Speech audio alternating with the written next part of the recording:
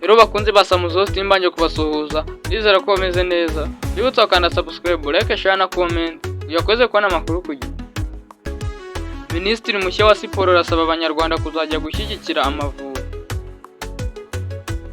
Minisitiri mushya wa siporo Mukazayire Neri arasaba abanyarwanda kuzajya gushyigikira ikipe y'igihugu y'u Rwanda Amavubi ubwo izaba ikina na Sudani y'Epfo mu gushaka itike y'igikombe cya Afurika cy'abakinnyi bakina imbere mu bihugu byabo cyane 2024. Umunsi w'ejo kuwa gatandatu saa 12 muri stade Amahoro nibwo Amavubi azakina na Sudani y'Epfo umukino wo kwishyura w'ijonjora rya nyuma yo gushaka itike ya CHAN 2024 izabera muri Kenya, Tanzania ndetse na Uganda. Mbere y'uko uyu mukino uba, Minisitiri wa Siporo Neri Mukazayire uherutse gusimbura Nyirishema Richard kuri izi nshingano yasabye abanyarwanda kuzawitabira. Abinyujije ku rubuga rwe rwa X yanditse ati umunsi ni kuwa gatandatu tariki ya 28 z'ukwa 12 2024 aho bizabera ni kuri stade Amahoro ruzaba rwambikanye hagati y'Amavubi na Sudani y'Epfo.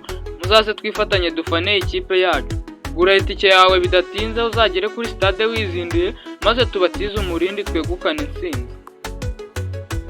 Amavubi yatsinzwe mu mukino ubanza na Sudani y'Epfo ibitego 3-2 ndetse yamaze no gusezererwa mu gushaka itike ya CHAN 2024 nyuma y'uko Sudani yo yatsinze imikino yayo 2 yakinnyemo na Ethiopia ndetse ni nayo ihabwa amahirwe menshi yo kuba yakwegukana itike imwe yari ihataniwe n'ibihugu 5. Kandi Minisitiri wa Siporo arasaba abanyarwanda kuzajya gushyigikira ikipe y'igihugu Amavubi. Ibiciro byo kuzajya kureba umukino w'Amavubi na Sudani y'Epfo ukuntu bizaba bihagaze: Upper Bowl azaba ari 1000, Lower Bowl nawe yari 1000, VIP azaba ari 1010, naho Business Suite azaba ari 50, naho Executive Suite azaba ari 100. Sky Box yo izaba iri kuri miliyoni n'ubundi yo niko bisanzwe. Rero yanga akaba ari amakuru mwagiyeho cyo kuri Samuzo TV.